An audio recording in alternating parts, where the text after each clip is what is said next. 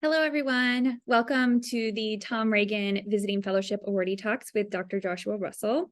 My name is Taylor Wolford, Special Collections Librarian, and I'll be responsible for co-moderating today's presentation.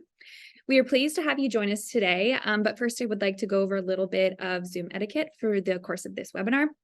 In order to be considerate and respectful to everyone presenting and attending today, the attendees are all muted. We will have a designated time to address questions at the end of the webinar, but you may submit questions at any time during the session.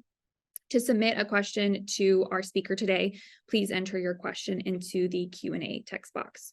Should you experience any technical difficulties, please send a chat message in the chat box. A recording of this session will be posted on the NC State University Library's YouTube channel after the event if you would like to view the presentation at a later time. And now I'm going to hand it over to Gwen Thayer, Associate Head and Chief Curator of the Special Collections Research Center, to talk a little bit about the sponsors for today's program, as well as the Tom Regan Fellowship Program. Hello, my name is Gwen Thayer. I'm the Associate Head and Chief Curator of Special Collections. Wanted to thank everybody for being here today. And most importantly, I want to thank the Culture and Animals Foundation for supporting this Tom Regan Fellowship. So we're very appreciative of their support. And I would also like to indicate that soon, within days, we will be announcing the next awardee. We have a press release that will be coming out within just a few days about next year's awardee. But today our focus is going to be introduced by Taylor. Thank you. Thank you, Gwen. So the topic of today's talk is building animal movements and citizenship ideals upon child-animal relationships throughout the 20th century America. In this talk, Dr. Joshua Russell will discuss how the documents found in the Special Collections Research Center center child-animal interactions as an area of significant focus for both animal movements and citizen nation building efforts in 20th century America. Dr. Joshua Russell is an associate professor in the Department of Animal Behavior, Ecology, and Conservation, and the director of Anthrozoology graduate program at Canisius College in Buffalo, New York. He earned his PhD in environmental studies from York University in Toronto, where he studied children's experiences of companion animal death. Dr. Russell's teachings and research explore children's relationships with animals, education about animals in the environment, human-wildlife relationships, and the applications of queer theory to human-animal relationships and interactions. So we are very blessed to have Joshua join us here today, and I'm going to hand it over to you to begin your presentation. Thank you, Taylor. I'd just like to actually start by thanking a few people. So thank you to the Culture and Animals Foundation for inviting me to be a fellow last summer.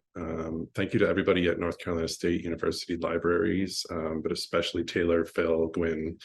I want to thank my other fellow Kat for giving me some advice as a non-historian on how she was working through her materials. And then at Canisius College, I also want to thank my dean, Tom Chambers, who's a historian who gave me lots of advice about working in archives before I went, and two students who helped me with some analysis over the past year, Kyla Gables and Kane Canino. So I'm going to talk today about building animal movements and citizenship ideology upon child-animal relationships. The original title of this was in 20th century America. I think I cover some things that are outside of 20th century America, so I'm going to kind of broaden that a little bit. Just as a way of an introduction, Taylor already gave my introduction. I forgot that my bio was part of the presentation, so I don't need to talk too much about that. I am going to talk about two particular themes that have emerged in my research so far. One being the children's moral responsibility and how that is framed by both animal protection and humane movement materials that I've discovered in the archives. And then the second is children, animals, and citizenship ideals. And I'll talk a little bit more about that. So as Taylor noted, my research, one area of my research has been focusing on children's experiences of animal death. That comes from my background in environmental education, spending a lot of time teaching children about animal suffering, animal death, endangerment, extinction, and beginning to sort of think about how children actually encounter animal death in their day-to-day lives. And then also how we frame death for children, and death in many different ways. So death of companion animals. I've done research with children who have hunted and fished. I'm currently starting research and have been doing some research on curricular materials around agricultural animals raised for slaughter or other use. And I'm also interested in children's experiences of the death of endangered and extinct animals. So just by way of methodology, my background is in hermeneutics and phenomenology, discourse analysis. I am not a historian by training, but this was an amazing opportunity for me to go into archival materials and think about them in ways in which they sort of supplement the work that I've done with children, observing children or interviewing them, and also providing a bit more of a historical context that I think is important. There is cross-culturally a lot of evidence that children and animals have often been connected in really significant ways. In hunter-gatherer societies and indigenous communities around the world, in early European and American culture, animals were seen as children's responsibility, also as children's companions. And there are many examples of animals that were treated as children or seen as childlike, and vice versa. There's a long history of focusing on children's relationships with animals for social and political reasons.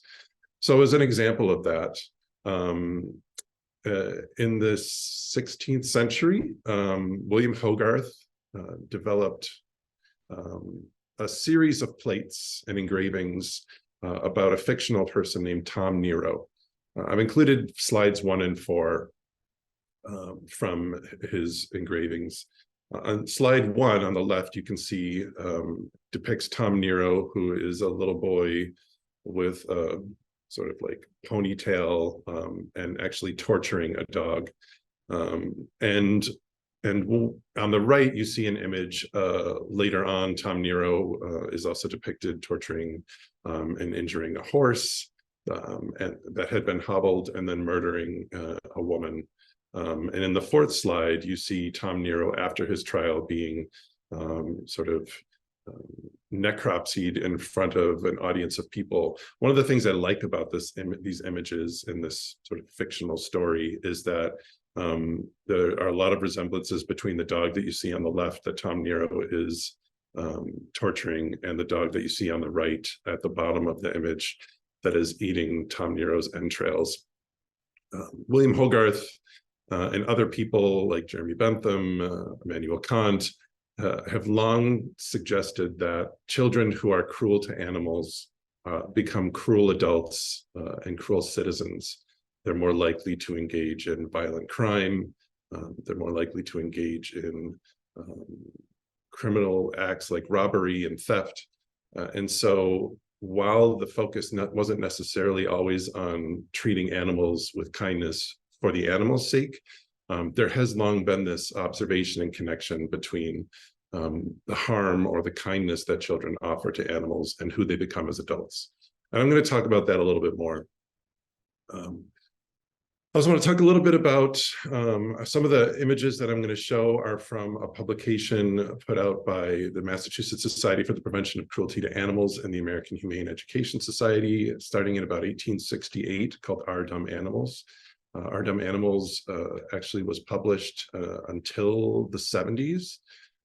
And oftentimes, George Ansell, who was the founder of the Massachusetts Society for the Prevention of Cruelty to Animals, wrote about children and animals, both ways in which humane education benefits children and society, but also ways in which children and animals have really unique relationships. So oftentimes in the archives, I found a lot of stories of animals that saved children, cats that saved children from a burning house, or dogs that saved children from being hit by cars or being run over by farm equipment. And so children and animals were often the focus of those publications. as you see in the illustration, and you see in the image here from 1914. So theme one for me has been, what are children's moral responsibilities towards animals? And I'm going to talk about some different sort of sub-themes or sort of categories that I'm using to build this larger question, and show you some images of that, both from the early 19th century all the way up to the 2000s, actually. So the first area is instructions for care. There is in early literature, like in Our Dumb Animals, you see on the left an image from 1914, and on the right you see an image from 1904, concerned with teaching children about responsibilities for pets. The image on the right says, the more you talk to your dog, the better he likes it, and he times his temper to your every mood. The right kind of a dog never lets you forget how much he loves you. And the image on the left is one that is similar to a whole series of images about leaving animals behind. There were often little quotes in Our Dumb Animals about moving to a new home and not leaving your cats or your dogs behind. And oftentimes these were aimed at children, and the idea that children were responsible for pet care in the home. In a more modern sense, we see this in a lot of different examples. These are from Kind News on the left from 1985, teaching children about the responsibilities for owning small rodents, something that is an ongoing issue. The idea that animals like hamsters or guinea pigs or gerbils are good pets for children because they're easy to take care of, but actually sort of trying to work around that idea that they're easy to take care of and teach children about all kinds of different ways in which they need to be responsible for their pets. And then Kind Report put out a pamphlet. I found several different pamphlets from the American Pet Food Association, the Humane Society, the SPCA, directed towards children, teaching them about animal care.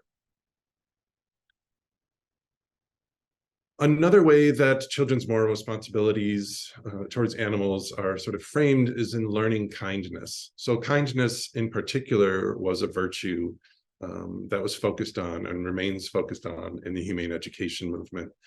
You see here two very early images, one from the National Council for Animal Welfare in London, asking children to consider animal welfare, to consider themselves friends and protectors of animals. And on the right, this is from the Bernard Unti Books and Ephemera collection, the title page of a book called Pity's Gift, a collection of interesting tales to excite the compassion of youth for the animal creation. And this is from 1808. So a lot of books actually in the Bernard Unti collection that I found were actually about teaching children how to be compassionate towards animals. And you see, this is one of the reasons why I decided not to call this just the 20th century America. This is from 1808. So the idea of compassion is quite an old one, and is actually in a lot of the newer materials as well. This is a Band of Mercy membership card from 1882. The Bands of Mercy were started in the United States, brought over from the Royal Society for the Prevention of Cruelty to Animals in the United Kingdom. And run for many years, many decades in the United States. All around the country, children were encouraged to form Bands of Mercy. The Bands of Mercy had a pledge, and they had meetings where they often would sing songs or do plays or work on actions such as Kindness to Animals Week, which is something that still runs in the United States. The Bands of Mercy don't exist anymore, but there are sort of other children's groups that I have found that exist now as a result of these kinds of models from the late 19th and early 20th century. As mentioned in the Tom Nero sort of vignette, the avoidance and prevention of adult delinquency was one reason why animal advocacy groups often focused on children's kindness and children's responsibilities and ethical behavior towards animals. So again, this isn't necessarily about children treating animals well for the animal's own sake, but often in reference to the fact that those children, if they were harmful towards animals, would grow up to become adult delinquents or teenage delinquents. Perhaps one of my favorite examples of a modern day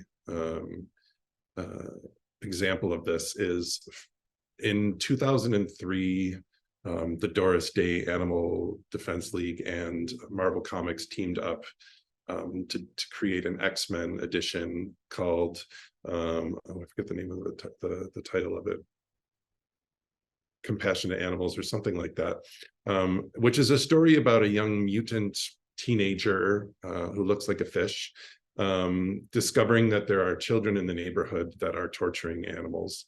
One of the reasons why I love this is because one of the characters from X-Men, Wolverine, comes storming into the children's treehouse, threatening them and threatening to injure them because they're about to torture a squirrel.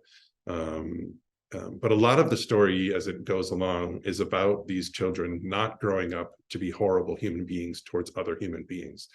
There is a lot of that focused on empathy and children learning to be kind to animals for animals' sake, but it is also about children not growing up to be delinquent adults.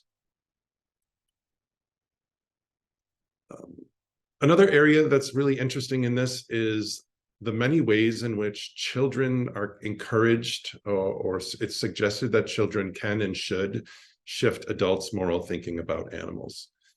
One of the things that I'm trying to work my way through is thinking about when and where the animal movement focuses on intervention and moral discussions with adults, and when and where it says that children should have those conversations with adults.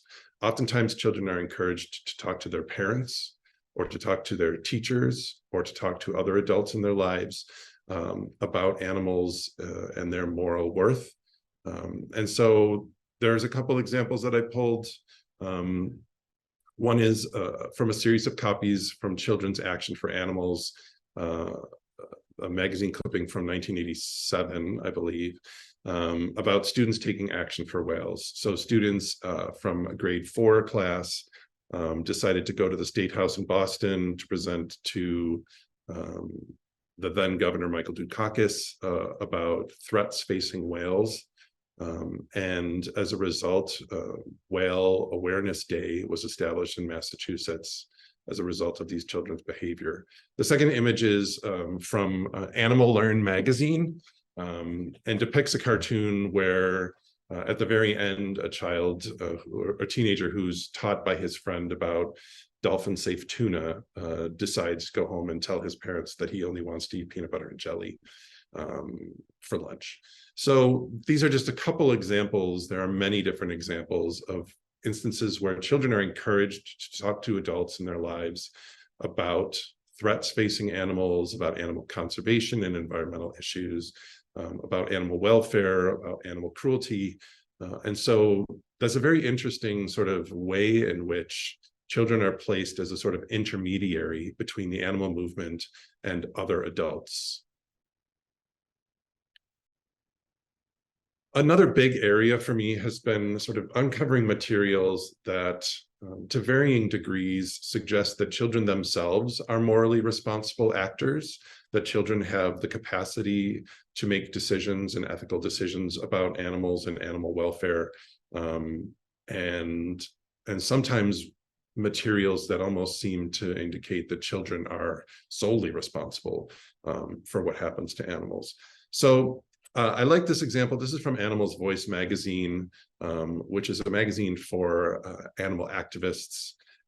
And this is addressed to other activists, but to summarize the text here, the text is suggesting that because children have many different types of relationships with animals already, including animals that they wear for fur or that their parents might wear for fur, eating meat, hunting, those types of things, that it's not right to actually encourage children or to make children feel bad that those things happen in their lives, but rather to present to children in what they say is a reasoned, logical, and unemotional fashion, options that better serve animals.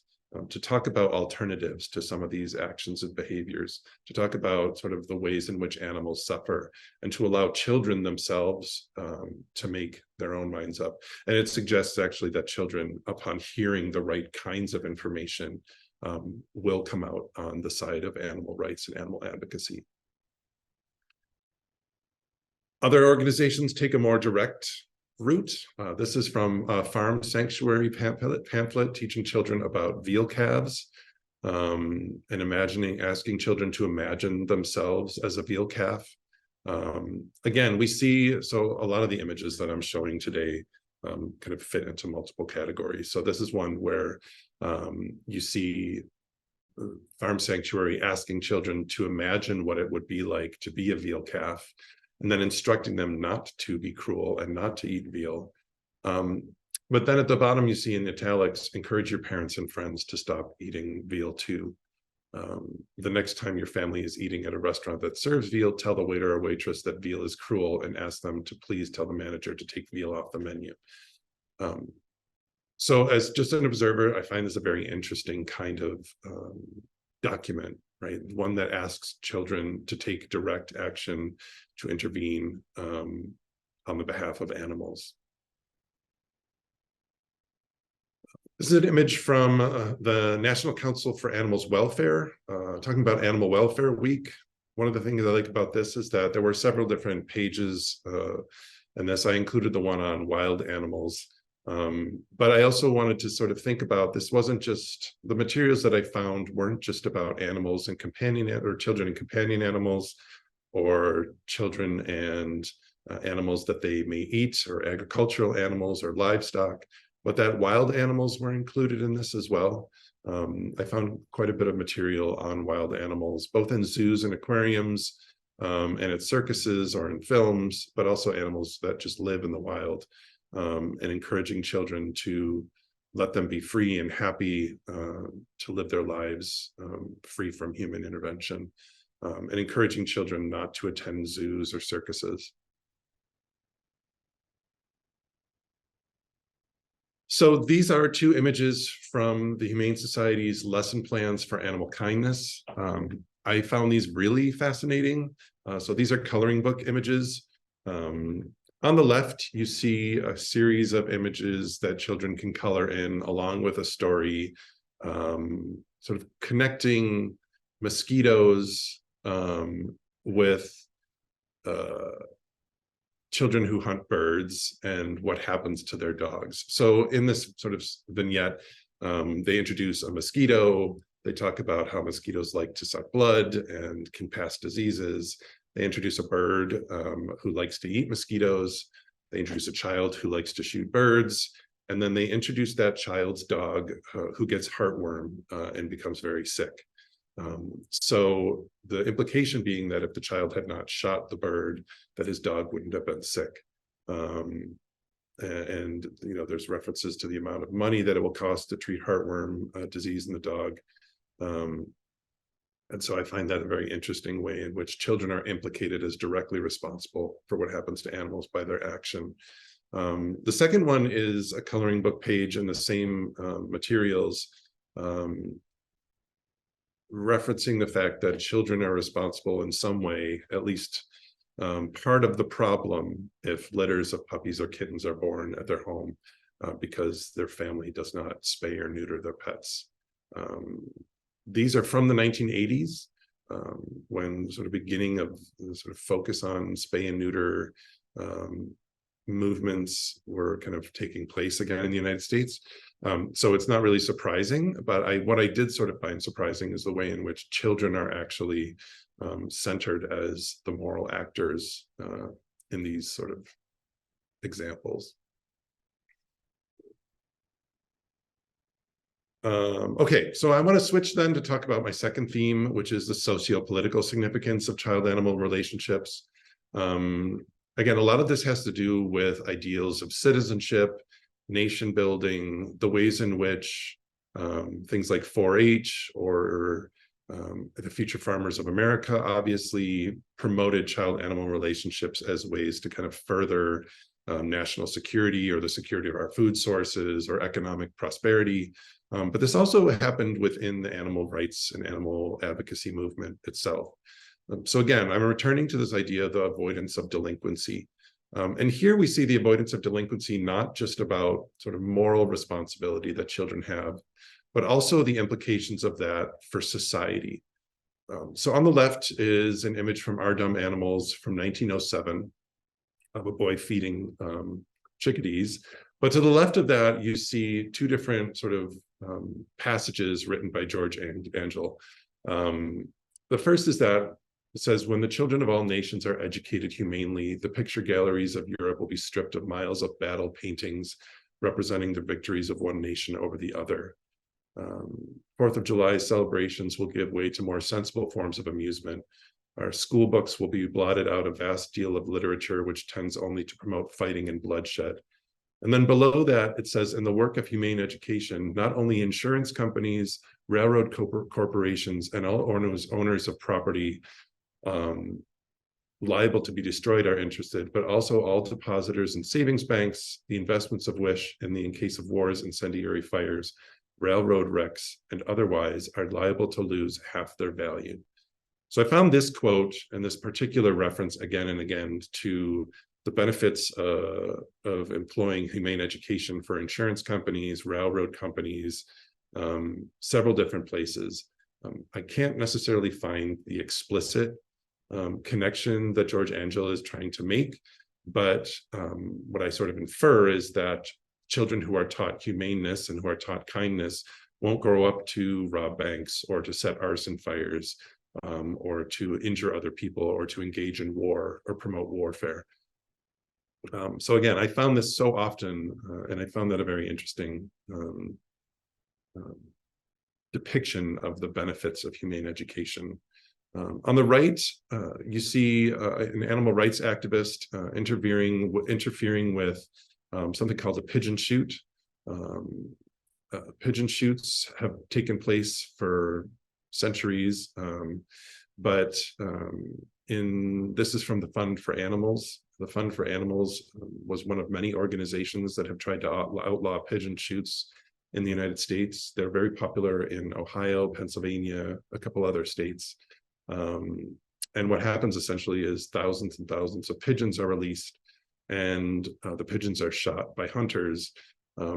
And teenagers and young boys, anywhere from age 8 up to age 18, run around the field and pick up the dead and dying pigeons and put them in bags. Sometimes the pigeons aren't dead, but the implication for a lot of the materials around this practice, and in particular what are called trapper boys, the boys who collect the dead and dying pigeons, is that it desensitizes them to violence and makes them more likely to turn the other way when violence happens as adults, or to engage in violence when it happens as adults. So that's a practice that actually is still ongoing. There have been some successes, like this, the location of this image in Higgins, Pennsylvania, is one municipality where pigeon shoots have been outlawed, but they still go on today. The second area I want to talk about is sort of connection between kindness in children and a kinder society. So again, this relates back to theme 1, where I'm talking about moral significance of children's relationships with animals. But here we're also talking about this at a sort of societal or socio-political scale, that encouraging kindness in children not only makes those children more virtuous and ends up in better outcomes and better sort of living conditions for animals, but that it actually creates better conditions throughout all of society. Perhaps the best example of this is a statement from the National PTA Congress in 1933. And in the second paragraph, it says, humane education is teaching in the schools and colleges of the nations the principles of justice, goodwill, and humanity toward all life. The cultivation of the spirit of kindness to animals is but the starting point towards the larger humanity, which includes one fellow of every race and clime. A generation of people trained in these principles will solve their difficulties as neighbors and not as enemies. So again, this isn't necessarily about nation building, but it is about creating a better society and creating better sort of social environments for all human beings through humane education and sort of teaching children kindness towards animals. Another area is more directly about citizenship education. So citizenship education takes on a lot of different sort of models. Citizenship education can be about teaching children about rights, human rights, citizenship in terms of its broad categories about being virtuous, about being good neighbors, being civically minded, about participating in government or participating in action. Citizenship education can be teaching children about their rights as citizens. And so the pamphlet here from PETA Kids about talking about animal rights is, of course, thinking about human rights and extending those out towards animals. Certainly falls within the category of citizenship education. And PETA Kids and a lot of other organizations like the Humane Society, the SPCA, put out a lot of materials to teach children about animal rights and animal welfare within that kind of vein of citizenship education. To further extend that, I found a lot of materials. The two images on the left are pages from a Band of Mercy pamphlet that had a series of songs, plays, and actions that children could engage in to learn about citizenship, to learn about virtuous behavior, and then to actually sort of role play different ways that they can intervene, different ways that they could get involved in their community. And then on the right, you see a clip from the American Humane Education Society's Humane Exercises for Schools book from 1932. Again, it's sort of similarly referencing some of the ideas from the previous image I showed you, but the very first paragraph, for the same reason that we teach any other branch of study, the object of public education is the development of the individual for the good of the state. And here, this is more of a sort of state building, nation building ideal, but kind of built upon this idea of kindness, built upon this idea of human-animal, child-animal relationships, and the importance of teaching children to use their mental, moral, and physical powers for the benefit of animals, but ultimately for the good of the state. Similarly, I found a lot of materials of teaching children about civic action, charters, the rights of children and students to not participate in certain types of activities. In the late 1970s and early 1980s, there was a growing movement to teach children about animal experimentation and to advocate for children and young people who participate in science classes or biology classes where animal dissection was part of the curriculum. I found a lot of materials sort of advocating for student rights, but then also resource materials for high school students and teachers to form clubs and groups against animal dissection and experimentation, to petition school boards and state and local governments for alternative models, or at least to guarantee alternative models to dissection in biology and science classes. I even found this at the level of college education and secondary education, post-secondary education.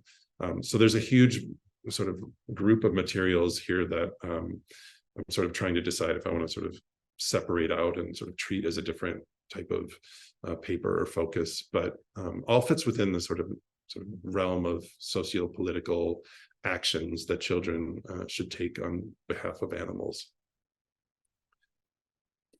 National identity, what America is or what America is becoming, ideas of future economic prosperity, citizenship, nationalism, not in the sort of extremist sense, but nationalism in terms of national pride are prevalent both in the animal movement materials that I found, such as this quote, again, from Our Dumb Animals: "What we sow in the home and the school, we reap in the nation." But also I was lucky that the librarians and staff at NCSU actually thought ahead outside of what I asked for and brought me a lot of cooperative extension materials from the archives.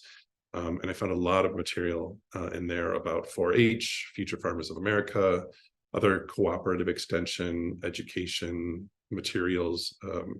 about children's relationships, predominantly with agricultural animals or livestock.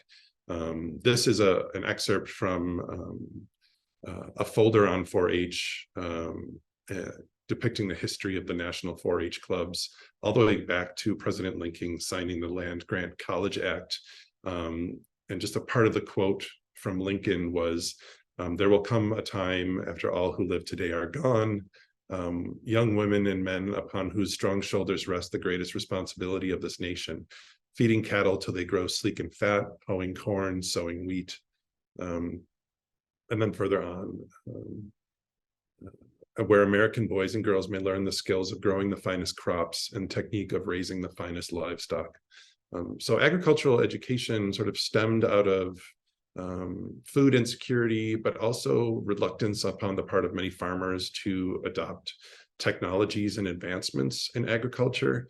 And so it was aimed at children's relationships with farming in particular, but a subset of that was agricultural animals. And I found all kinds of materials, children's diaries about taking care of a beef cow, or children's diaries about taking care of chickens. And this is a nice sort of supplement to some of the work that I'm doing now, looking at 4-H and FFA's national curriculum, and also doing interviews and focus groups with children who participate in 4-H to talk to them about their relationships with animals. In a lot of the 4-H materials, the animals themselves are kind of backgrounded as subjects or treated more using objectifying language. But still, I mean, a lot of this is sort of thinking about the importance of American identity and nation building based upon children's relationships with animals. And then how am I doing for time? Okay, I'm almost done. So the last sort of area that I want to talk about is materials that I found depicting children's relationship to activism. And in some of these images and materials, children are encouraged themselves to be activists. In some of these materials, children are propped up by adult activists in order to get a point across or to hold placards or signs. And so I find some of the imagery and some of the language here interesting. So this is an ad that was run in the Washington Post magazine in 1996 by the Nature of Wellness, an organization that I'm not super familiar with, sort of talking about using children and testing on children to find cures for animal diseases. Obviously, the implication being that we use animals to test, we use animals as laboratory experiments to find cures for childhood diseases. And so there's a sort of sense of equivalence here and a moral outrage. And in fact, the first sort of sentence of the text below says, "Outrageous, isn't it?" So that's an example, I think, of tokenism, right? Using children in this way to kind of portray something that children themselves don't have anything to do with. There's a couple other examples of tokenism.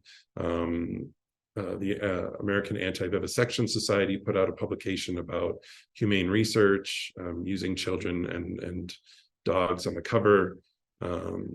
The image on the right is from the Delaware's News Journal from 1990. And you see two images, one, a woman holding a sign about animal research, obviously protesting animal research. And on the left, a child holding up a sign about the benefits of animal research. And that sign actually has a child who's sick in a hospital bed, and it says, "The animals you don't see, it's the animals you don't see that really help to recover." So sort of promoting animal experimentation, but using children in a particular way to promote that.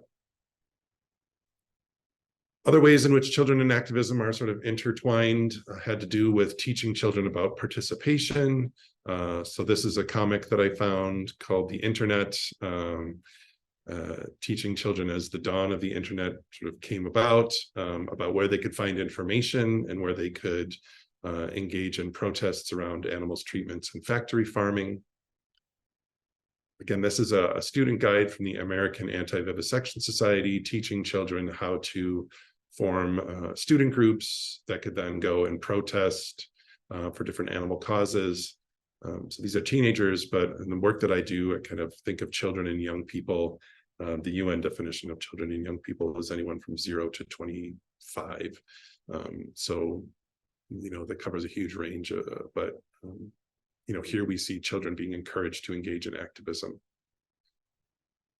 And then this last area actually is areas where adult activists are encouraged to intervene on behalf of children.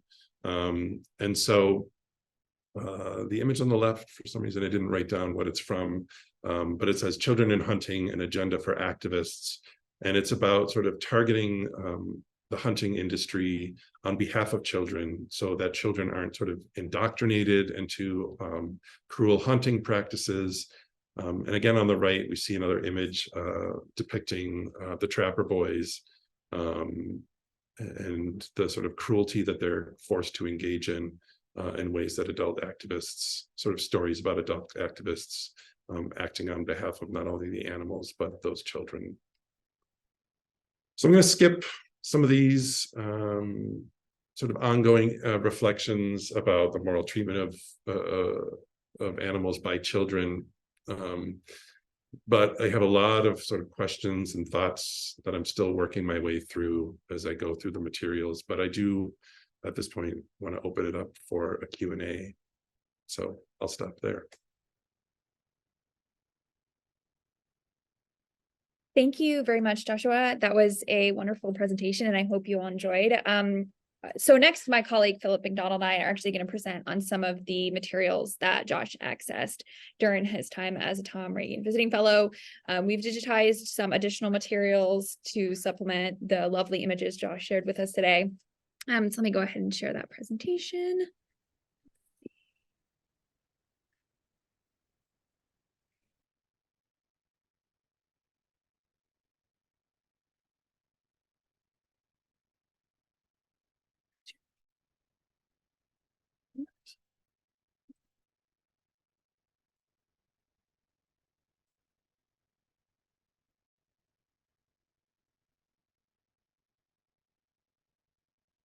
Right.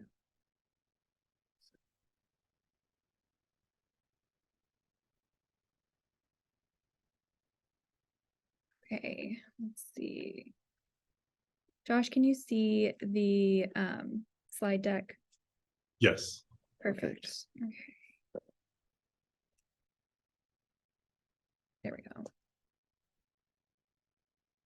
Okay, so Josh shared with us prior to this webinar some collections and collection materials that he accessed. And so we went through and selected some that were interesting to us, and we digitized those. And today we're just going to provide you with a little bit more contextual information about the archive that we have here, as well as some of the collections specifically that Josh had accessed. SCRC holds numerous collections that document the social, cultural, political, legislative, and intellectual history of animal welfare and animal rights. Really a collection that developed out of some of the philosophy professors that we had at the time. Tom Regan, we have his papers, was a really influential philosopher in the history of animal welfare and animal rights scholarship. So building upon that, we have this really amazing collection of animal welfare and animal rights materials now. So some recent acquisitions that we're very excited about. We already have processed and received a original edition or original collection for the Humane Society of the United States, but we've recently received a very large addition to the collection, which we're super excited about because Phil and I had spent an extensive amount of time working on those. And then we also have the Fund for Animal Records, Derby Lane Records, which is a greyhound racing track in Florida, and many more.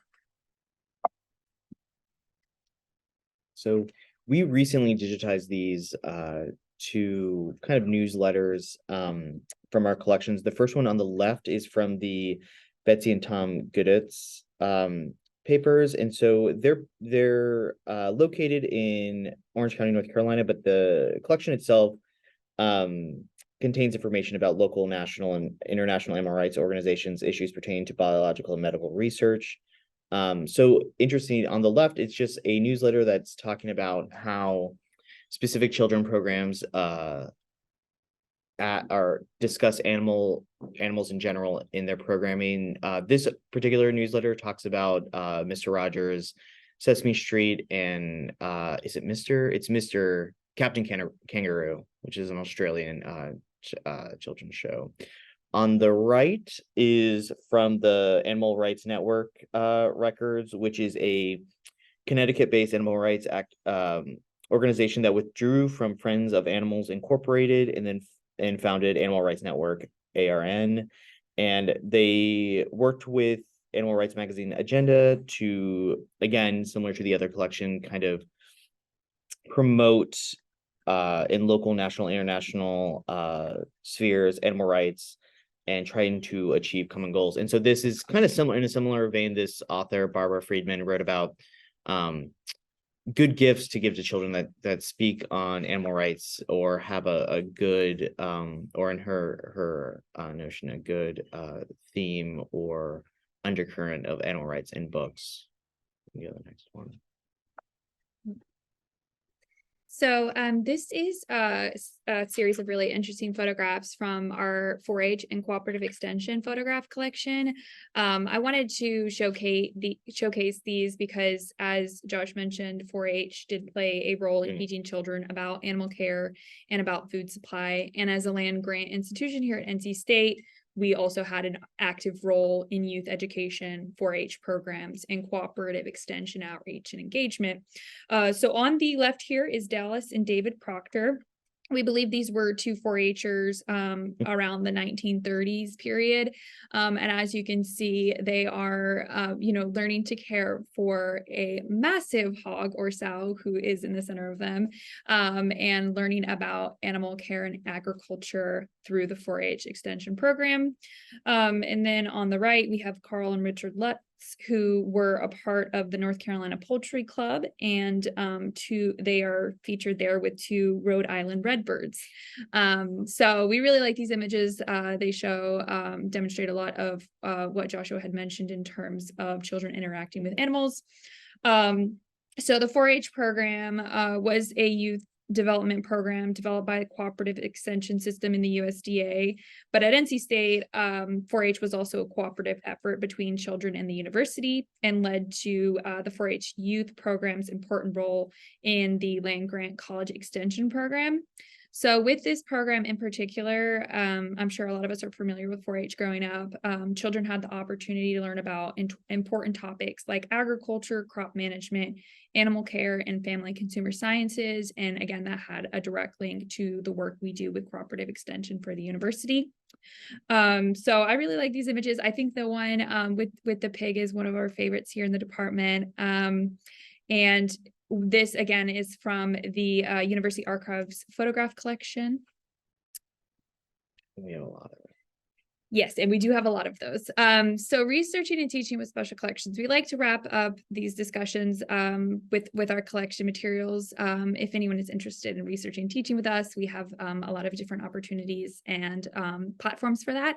So on the top right, where you see the Argus Archives records, that is a collection guide. So you can go to the Special Collections Research Center website and search for contextual information about any of the collections that we have in our repository, and get a little bit of background information on how we got the collection, what's in the collection, and who created the collection. We of course have the Tom Regan Visiting Research Fellowship, sponsored by the Culture and Animals Foundation.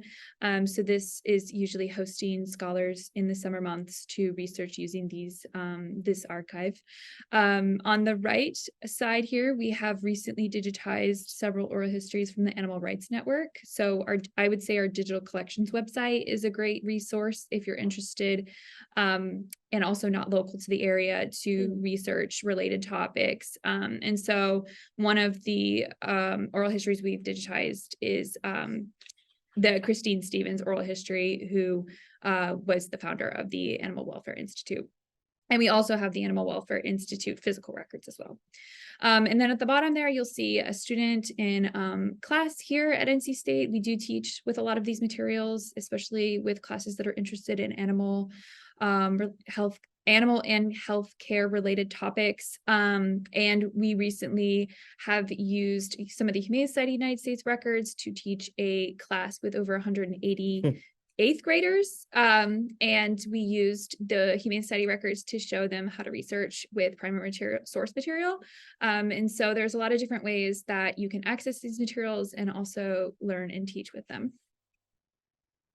And just another thank you to everyone here to listen. And so right now, Joshua will answer some questions. If you have any questions, please enter your question in the Q&A text box. Our colleague Virginia Ferris, who is our Special Collections lead librarian for outreach and engagement, will be fielding questions from the audience at this time. Thanks, Phil and Taylor and Joshua. So we have one question so far from Jill Howard Church, who says, I'm the woman in the Delaware newspaper photo, now working with AAVS and CAF. Have you found studies showing whether humane education has had the lasting impact it was designed to have?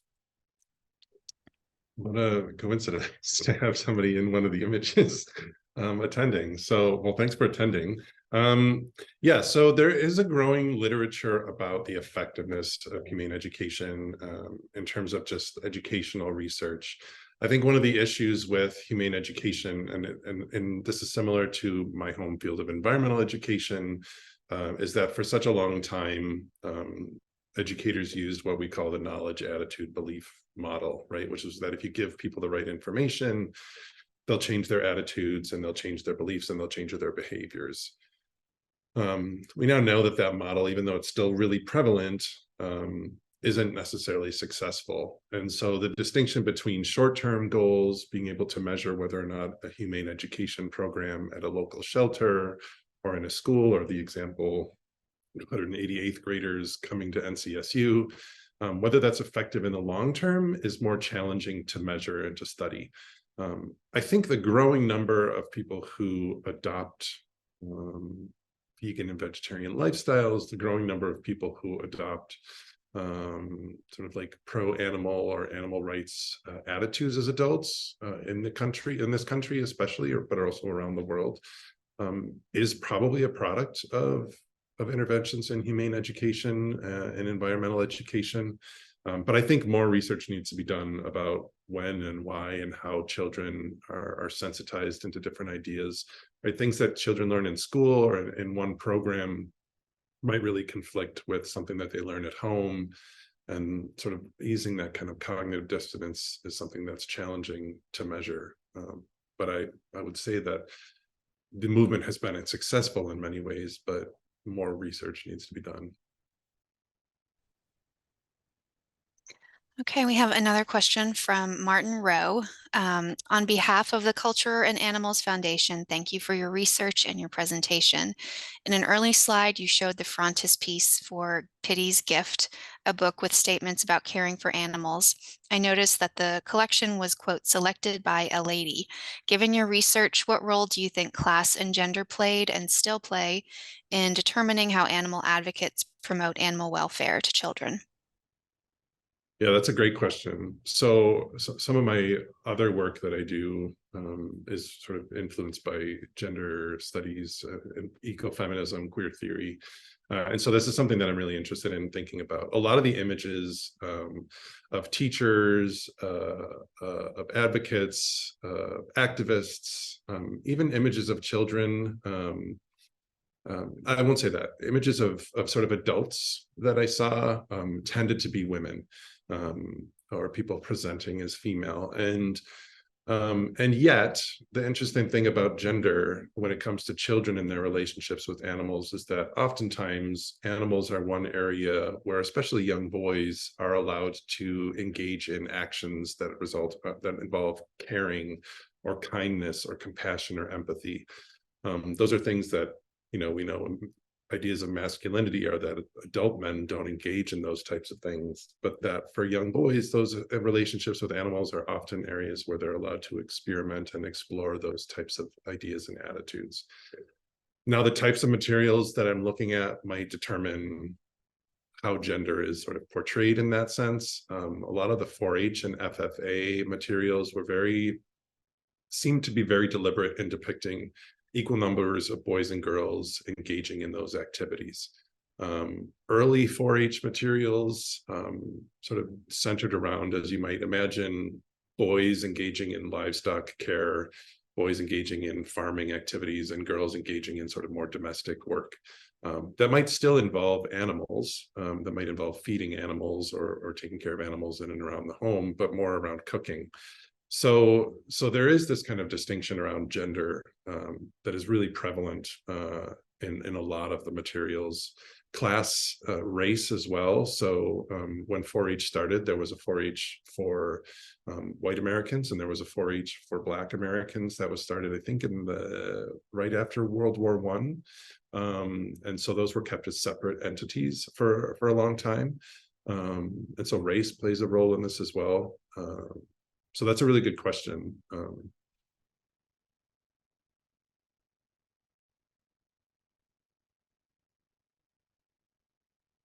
Okay, so next question. What were some surprising discoveries that you made while researching animal protection materials in the archives?